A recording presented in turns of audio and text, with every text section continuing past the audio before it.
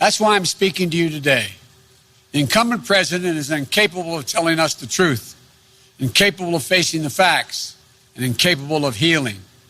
He doesn't want to shed light. He wants to generate heat, and he's stoking violence in our cities. You know, this is a tragic fact of the matter that about his perilous hour, that how he's dealing with this perilous hour in our nation. And now we have to stand against violence in every form it takes. Violence we've seen again and again and again of unwarranted police shooting, excessive force, 7 bullets in the back of Jacob Blake, knee in the neck of George Floyd, killing of Breonna Taylor in her own apartment, violence of extremists and opportunists, right-wing militias, white supremacists, vigilantes, who infiltrate protests carrying weapons of war, hoping to wreak havoc and to derail any hope and support for progress. The senseless violence of looting and burning and destruction of property. I want to make it absolutely clear, something very clear about all of this. Rioting is not protesting. Looting is not protesting. Setting fires is not protesting. None of this is protesting. It's lawlessness, plain and simple. And those who do it should be prosecuted. Violence will not bring change. It will only bring destruction. It's wrong in every way. It divides instead of unites. Destroys businesses, only hurts the working families that serve the community. It makes things worse across the board, not better. No, it's not what Dr. King or John Lewis taught, and it must end. Fires are burning, and we have a president who fans the flames rather than fighting the flames. But we must not burn. We have to build. This president long ago forfeited any moral leadership in this country. He can't stop the violence because for years he's fomented it. He may believe mouthing the words law and order makes him strong, but his failure to call on his own supporters to stop acting as an armed militia in this country shows how weak he is. Does anyone believe there'll be less violence in America if Donald Trump is reelected? We need justice in America. We need safety in America. We're facing multiple crises. Crises under Donald Trump have kept multiplying. COVID, economic devastation, unwarranted police violence, emboldened white nationalists, a reckoning on race, declining faith in the birth of the right American future. There's no reason why we can't just do so much more than we're doing. The common thread, the incumbent president who makes things worse, not better. An incumbent president who sows chaos rather than providing order. An incumbent president who fails in the basic duty of the job, which is to advance the truth that all of us know, that we're all born with the right to life, liberty, and pursuit of happiness. That's right, all of us. The moms and dads in Scranton, where I grew up, who have worked and scraped for everything they've ever gotten in life. The auto worker in Michigan who still makes the best automobile in the world. The single mom in Ohio working 3 jobs just to stay afloat, who'll do anything for her child. Retired veteran in Florida who gave everything he had to this country and now just wants us to honor the promises made to him. Lord & Taylor salesperson who just lost their job. A store closing after 194 years in business. Nurses and doctors in Wisconsin who've seen so much sickness, so much death in the past 6 months. And they wonder how much more can they take? But still, they muster up the courage to take care of those patients in this pandemic while risking their own lives. Researchers in Minnesota who woke up this morning determined to find a breakthrough in treating cancer.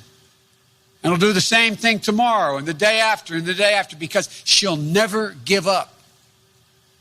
White, black, Latino, Asian American, Native Americans, everybody. I'm in this campaign for you, no matter your color, no matter your zip code, no matter your politics.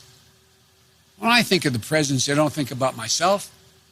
It isn't about my brand. It's about you, the American people. We can do better, and we have to do better.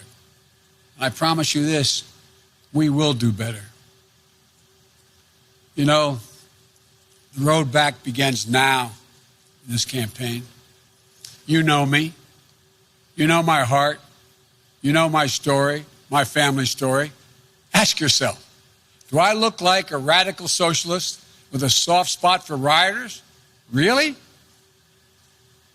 I want a safe America, safe from COVID, safe from crime and looting, safe from racially motivated violence, safe from bad cops. Let me be crystal clear, safe from 4 more years of Donald Trump. I look at this violence and I see lives and communities and the dreams of small businesses being destroyed, and the opportunity for real progress on the issues of race and police reform and justice being put to the test. Donald Trump looks at this violence and he sees a political lifeline. Having failed to protect this nation from the virus that has killed more than 180,000 Americans so far, Trump posts an all-caps tweet screaming law and order to save his campaign. One of his closest political advisors in the White House doesn't even bother to speak in code. She just comes out and she says it.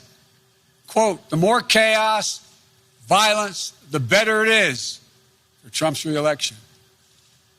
Just think about that. This is a sitting president of the United States of America. He's supposed to be protecting this country, but instead he's rooting for chaos and violence. The simple truth is, Donald Trump failed to protect America. So now he's trying to scare America. Since Donald Trump and Mike Pence can't run on their record that has seen more American deaths to a virus, this virus, than the nation suffered in every war since Korea combined. Since they can't run on their economy that has seen more people lose their jobs than any time since the Great Depression, since they can't run on the simple proposition of sending our children safely back to school, since they have no agenda or vision for a second term, Trump and Pence are running on this, and I find it fascinating. Quote, you won't be safe in Joe Biden's America. And what's their proof? The violence we're seeing in Donald Trump's America. These are not images of some imagined Joe Biden America in the future. These are images of Donald Trump's America today. He keeps telling you, if only he was president, it wouldn't happen. If he was president, he keeps telling us that he was president, you'd feel safe. Well, he is president, whether he knows it or not. And it is happening. It's getting worse. And you know why? Because Donald Trump adds fuel to every fire. Because he refuses to even acknowledge that there's a racial justice problem in America. Because he won't stand up to any form of violence. He's got no problem with right-wing militia, white supremacists, and vigilantes with assault weapons, often better armed than the police, often in the middle of the violence at the protesters and aiming it there. And because tens of millions of Americans simply don't trust this president to respect their rights, to hear their concerns, or to protect them. It doesn't have to be this way. When President Obama and I were in the White House, we had to defend federal property. We did it. We didn't see it. You didn't see us whipping up fears around the deployment of secret federal troops. We just did our job, and the federal property was protected. When President Obama and I were in office, we didn't look at cities as Democratic or Republican run. These are American cities. But Trump doesn't see himself as president for all of America. Frankly, I believe if I were president today, the country would be safer and we'd be seeing a lot less violence. And here's why. I have said we must address the issue of racial injustice. I've personally spoken to George Floyd's family and to Jacob Blake's family. I know their pain, and so do you. I know the justice they seek, and so do you. They've told us none of this violence respects or honors George or Jacob. I believe we can bring these folks fighting for racial justice to the table. I've worked with police in this country for many years. I know most cops are good, decent people. I know how they risk their lives every time they put that shield on and go out the door. And I'm confident I can bring the police to the table as well. I'd make sure every mayor and governor had the support they needed from the federal government, but I wouldn't be looking to use the United States military against our own people. If I were president, my language would be less divisive. I'd be looking to lower the temperature in this country, not raise it. I'd be looking to unite the nation.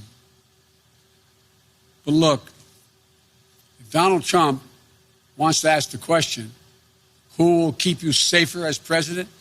Let's answer that question. First, some simple facts. When I was vice president, violent crime fell 15% in this country. We did it without chaos and disorder. And yes, we did it with Democratic mayors in most of the major cities in this country. The murder rate now is up 26% across the nation this year under Donald Trump. Do you really feel safer under Donald Trump? COVID has taken this year, just since the outbreak, has taken more than 100 years. Look, here's the lives. When you think about it, more lives this year than any other year for the past 100 years. More than 180,000 lives in just 6 months. An average of 1,000 people dying every day in the month of August. Do you really feel safer under Donald Trump? Mr. Trump, you want to talk about fear? Do you know what people are afraid of in America? They're afraid they're going to get COVID. They're afraid they're going to get sick and die. And that is in no small part because of you. We're now on track to more than 200,000 deaths in this country due to COVID. More than 100,000 seniors have lost their lives to the virus. More cops have died from COVID this year than have been killed on patrol. Nearly 1 in 6 small businesses is closed in this country today. Do you really feel safer under Trump? What about Trump's plan to destroy the Affordable Care Act? And with it, the protections for pre-existing conditions that impacts more than 100 million Americans. Does that make you feel safer? Or how about Trump's plan to defund Social Security? The Social Security Administration's chief actuary just released a report saying that if a plan like the one Trump is proposing goes into effect, the Social Security Trust Fund would be, and I quote, permanently depleted by the middle of calendar year 2023 with no ability to pay benefits thereafter. Put it plainly, Trump's plan would wipe out Social Security, period. You feel safer and more secure now? The fear that reigns under this president doesn't stop at our shores. The Kremlin has put bounties on the heads of American soldiers. And instead of telling Vladimir Putin that there'll be no putting up with this, that there'll be a heavy price to pay if they dare touch an American soldier, this president doesn't even bring up the subject in his multiple phone calls with Putin. Been reported that Russian forces just attacked American troops in Syria, injuring our service members. Did you hear the president say a single word? Did he lift one finger? Never before has an American president played such a subservient role to a Russian leader. It's not only dangerous, it's humiliating and embarrassing for the rest of the world to see. It weakens us. Not even American troops can feel safer under Trump.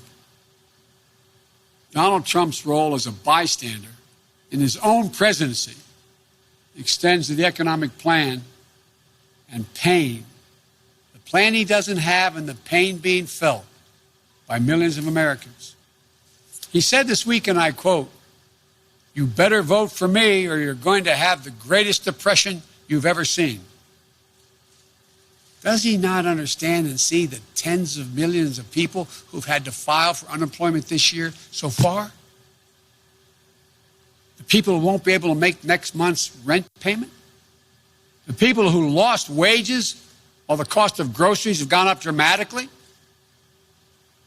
President Obama and I stopped the Depression in 2009. We took a bad economy that was falling and turned it around. Trump took a good economy and drove it back into the ditch. Through his failure to get COVID under control, his failure to pull together the leaders in Congress, his failure to deliver real relief to working people, has made our country's economic situation so much worse than it had to be. When we talk about safety and security, we should talk about basic security of being able to look your child in the eye and tell them everything's going to be okay. Don't worry, honey, we're not going to lose our home. We're going to be able to put food on the table. It's going to be okay. It's the job of the president. I've laid out an agenda for economic recovery that will restore a sense of security for working families. We won't just build things back the way they were before. We're going to build them back better with good-paying jobs, building our nation's roads, bridges, solar arrays, windmills, with investments in our health care and child care workers so they get the pay and dignity they deserve while easing the financial burdens on millions of families. With a clean energy strategy that is a place for the energy workers right here in Western Pennsylvania. I am not banning fracking. Let me say that again. I am not banning fracking, no matter how many times Donald Trump lies about me. This future, the future, that's what this is all about. You know, we hear Donald Trump's self-centered rants and riffs, but the voice of Americans should be heard. The one you should listen to is Julia Jackson, the mother of Jacob Blake. Hers is a voice of courage, character, and wisdom. In looking at the damage that has been done in her city, she said, quote, "The violence and destruction doesn't reflect my son or my family." These are the words of a mom, a mother, whose son had just been shot 7 times in front of his children, badly injured, paralyzed, perhaps permanently. And even as she seeks justice for her son, she's pleading for an end to the violence and for this nation to heal. She said she was praying for her son. Then she said something to me that surprised me. She said she was praying for all police officers. She said she was already been praying for America even before her son was shot. She's publicly asked all of us to examine our hearts. Citizens, elected officials, the police, all of us. And then she said this, quote, "We need healing. More than anything, that's what we need to do as a nation. We need to heal. The current president wants you to live in fear. He advertises himself as a figure of order. He isn't. And he's not been part of the solution thus far. He's part of the problem. The problem that I, as president, will give you my all resolve to stop. I'll deal with the virus. I'll deal with the economic crisis. And I'll work to bring equality and opportunity to everyone. We've arrived at a moment in this campaign we all knew, including the press in front of me, knew we'd get to. The moment when Donald Trump would be so desperate he'd do anything to hold on to power. Donald Trump has been a toxic presence in our nation for 4 years, poisoning how we talk to one another, poisoning how we treat one another, poisoning the values this nation has always held dear, poisoning our very democracy. Now, in just a little over 60 days, we have a decision to make. Will we rid ourselves of this toxin? Or will we make a permanent part? We make it a permanent part of our nation's character. You know, as Americans, I'm confident we believe in honesty and decency, treating everyone with dignity and respect, giving everyone a fair shot, leaving no one behind, giving hate no safe harbor, and demonizing no one. We up to now always recognize there's something bigger than ourselves as we're about. Trump doesn't seem to believe in any of that. Look, I've said it before and I'll keep saying it. America's an idea. It's the most powerful idea in the history of the world. And I believe it beats in the hearts of the people of this country. All men and women are created equal. And they deserve to be treated equally. Trump has sought to remake this nation in his image. Selfish, angry, dark, and divisive. This is not who we are. At her best, America has always been, and if I have anything to do with it, will be again generous, confident, an optimistic nation, full of hope and resolve. Donald Trump is determined to instill fear in America. That's what his entire campaign for the presidency has come down to, fear. But I believe Americans are stronger than that. I believe we'll be guided by the words of Pope John Paul II, words drawn from the Scriptures. Be not afraid. Be not afraid. Fear never builds the future, but hope does. And building the future is what America does, what we've always done. In fact, it's what we have done best and continue to do best. This is the United States of America. There's not a single thing beyond our capacity when we decide to do it together. So let's get together. I want to thank you all. May God bless you, and may God protect our troops.